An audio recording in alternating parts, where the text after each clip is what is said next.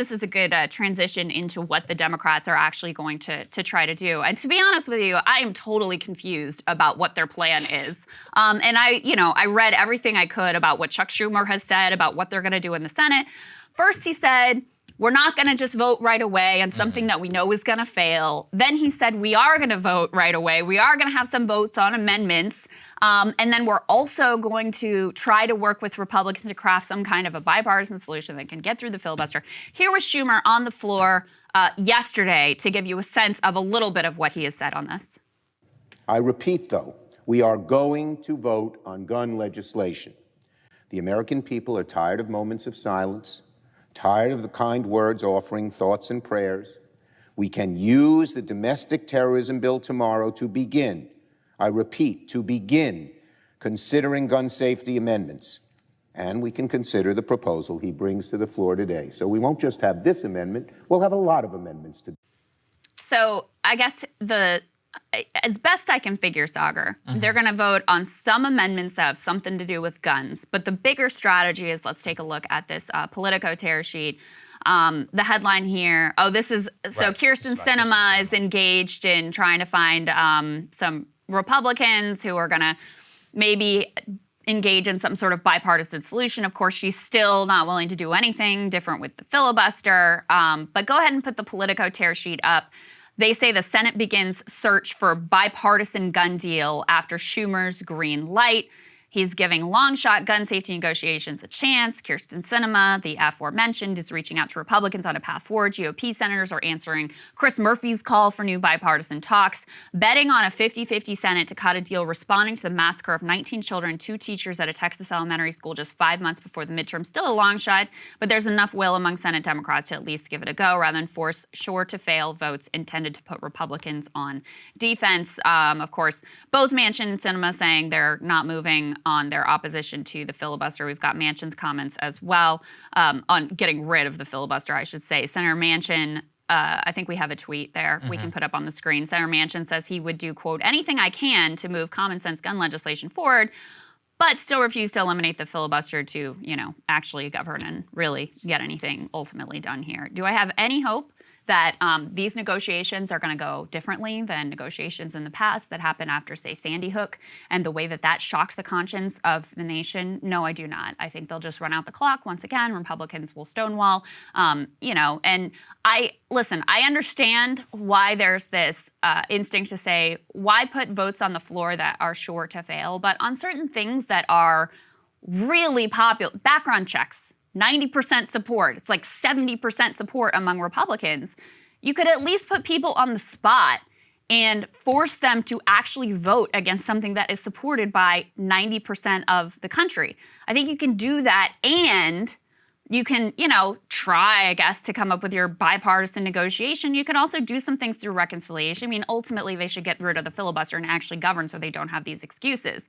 The broader context of this, too, Saagar, is their hypocrisy here, because go ahead and put AOC's tweet up on the screen, because on the very day that this mass shooting is unfolding, Pelosi, Clyburn, Hoyer, all lining up, doing robocalls, going to the district, fundraising for Henry Cuellar, who has an A rating from the NRA. What AOC says here is, on the day of mass shooting and weeks after news of Roe, Democratic Party leadership rallied for a pro-NRA, anti-choice incumbent under investigation in close primary, robocalls, fundraisers, all of it. Accountability is not partisan. This was an utter failure of leadership. And however you feel about the issue of guns, I think this just exposes Cuellar looks like he's going to win this thing by like less than 200 votes, although it is probably going to a recount.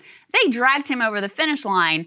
Totally, like, he stands against 2 of the big things that they're talking about, that they're saying, hey, you got to vote for us so we take action on guns and abortion, let alone, the one that I really care about, which is he's the lone Democratic vote against the PRO Act. So bottom line, they have no principles. They're full of it. And AOC went on to say that this is just basically an incumbent protection racket, and it's hard to see that it's anything on else. Cuellar, that's certainly true. On the Democratic legislation, I mean, I just don't know I just would submit, I mean, look, I just fundamentally don't agree with most of the things that they would do, even if they did nuke the filibuster. So even if Joe Manchin were to do so, I mean, the only thing that he would appear to support on the bipartisan thing is the Manchin-Toomey universal background check. I have no problem with that, whatsoever. But I wonder, and I'll just ask you, do you really think that enough Democratic senators would be okay with doing something like that?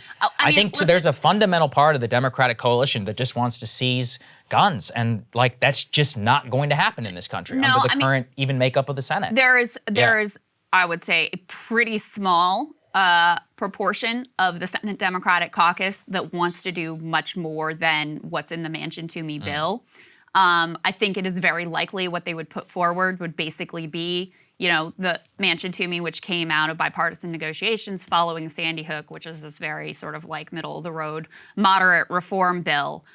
You probably would end up with something like that. I mean, the idea that Democrats are really going to radically do anything to it's not going to happen. I mean, we see the way that these people operate. Everything they do is a negotiation within a negotiation. They start from the center position and they work backward and, fall off of the principles that they start with. So no, they're going to say, this is what Joe Manchin in West Virginia can support. This is what we're going with, and we're not going any further than that. But it's a moot point anyway, because they're not going to do anything to change the filibuster, which gives them an excuse not to have to actually govern, so that they can just use this issue once again in the next campaign and say, Republicans are bad, even though we literally just went to the mat to drag across the finish line an incumbent who stands against the very things that we claim to support. Yeah, I mean, I just think that in general, look, I mean, I talked about this in my monologue. I talked about it yesterday as well. The American people mostly agree with the general pro-gun position relative to what I'm talking about in terms of banning AR-15. There's never been record low support for a ban on handguns, even though current Supreme Court ruling would make that even unconstitutional. Same on an AR-15 ban. So, I mean, I look at it as, I think that whatever happens, if anything happens, is also a result of, and this is, really what I'm talking about, is a trust deficit. There is just simply no trust amongst a huge portion of the Republican base and a significant amount of independents, including myself, you can see even my skepticism on a red flag law. I'm I know how that's going to get used against other people. Now that doesn't, you can say that it's worth it, but, my fundamental orientation, especially over the last couple of years, is I don't trust you. I don't trust a single thing that you say. You're going to have to prove to me over a significant period of time that this process will not be misused against political dissidents, as it was in the Patriot Act, as it was in the current domestic terrorism law, even currently with the universal background check. Again, I think that's fine. It seems like it would crack down on some on the margins, but at the end of the day, whenever the media and other people say do something, I think they mean take people's guns, or at the very least, they want to ban or make it much more difficult, or magazine restrictions, all these types of things. But this is kind of a straw man. There is very little. First of all, there is no legislation that has been proposed at the federal level to supported by a broad majority of Democrats to confiscate guns. Well, because it wouldn't pass. I think this is, and this is the talking point that the NRA uses, because it freaks people out and it causes them to continue to vote for their candidates who have extreme positions on these issues that are not supported by the American public. So you're correct. Is there broad support for banning all handguns? No. Is there, I think assault weapons, it's been a mixed bag in terms of where the public support is. But I just looked up support for red flag laws, allowing the police or a family member to seek a court order to temporarily take away guns if they feel a gun owner may harm themselves or others. That has 70+% support. So let's talk about the actual things that are being proposed and whether on the margins they would make a difference. And I just don't see this.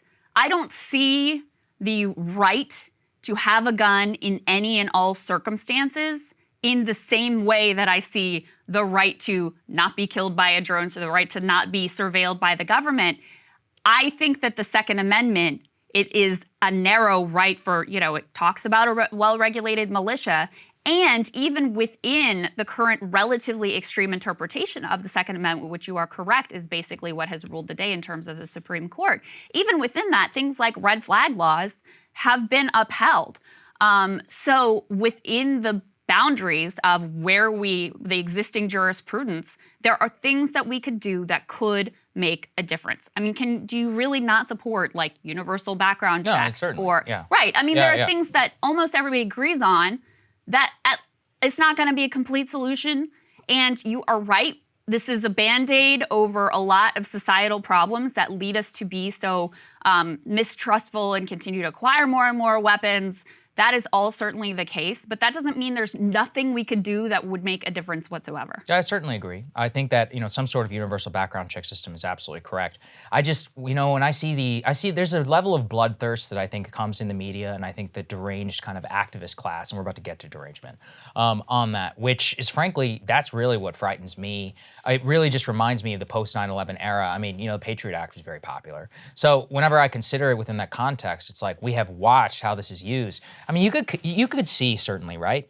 Antifa, would not Antifa membership warrant red flag, law consideration? Fine. No, I don't think need that's to have guns. I don't have a problem with that. I disagree, by the way, Crystal. Antifa, I think they have a right to have a gun. Well, if they want it. by the way, I don't like Antifa. Is Yeah. mostly, I think, probably pro 2A. So yeah, they they're should probably be on your side Yeah. on this. But no, I just don't see it in the same way as this like fundamental right that you can get any gun at any age, at any time, with no weight limit, with no background check. If you go to a gun show, you can get it with no background check whatsoever.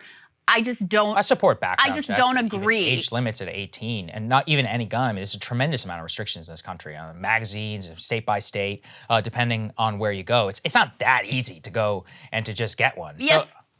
In a lot of states, it is pretty easy. I mean, again, this guy went on his 18th birthday. Yeah, he gets Texas. an AR-15. Yeah. But Texas is not even the loosest state in the country in terms of gun laws. I mean, in Virginia, it's also very easy. There are a lot of places where it's pretty simple. And another thing I was thinking about is there's also an argument, which I find somewhat compelling, and I think has some truth to it, that the really hardened criminals like this dude who's clearly decided and committed to committing Columbine shooters, atrocious mass killing, that having more laws in place isn't going to stop them because obviously murder is illegal and they don't care about breaking that law.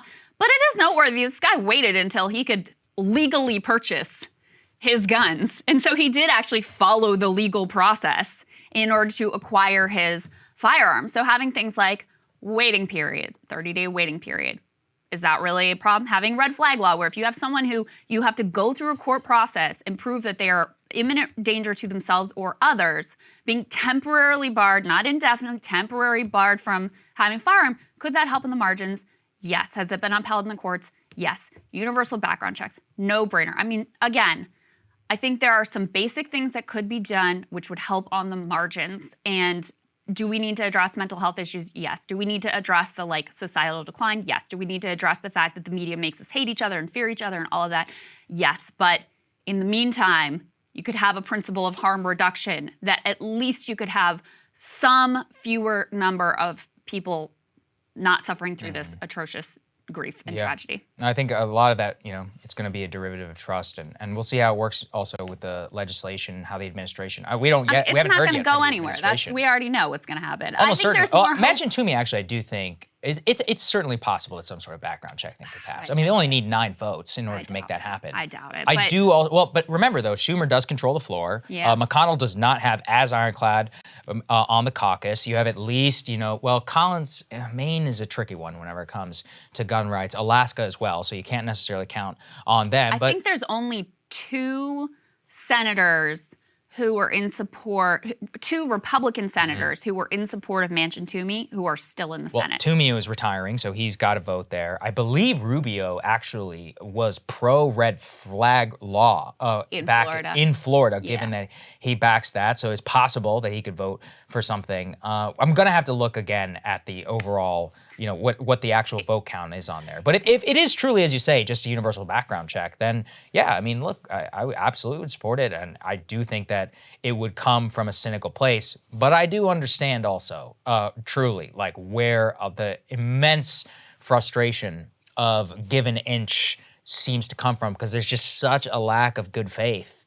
And I'm not saying it isn't bidirectional, because it certainly is, but there's just such a lack of good faith in the current political system that giving even also to the base. I mean, red flag law is a good example. Dan Crenshaw was crucified in Texas for supporting red flag legislation. Absolutely crucified, and continues to be to this day for supporting that. He still got a seat, doesn't he? He has a seat. Still has a seat. Marco Rubio supported red flag. Yeah. He still got his seat. Florida's a little bit Joe different because of Manchin Parkland. supported Manchin Toomey in West Virginia, and famously in one of his ads had shot the climate legislation. Remember that ad? And then he signs on Manchin Toomey. Still holds his seat in very difficult terrain for Democrats. So, if you go along with things that are well within the mainstream of public opinion, which frankly have been kept off the table primarily because of the power organization money and very dedicated hardcore supporters of the Second Amendment, those things have been kept off the table. If you stay in the realm of those things, I think politically you're going to be fine, because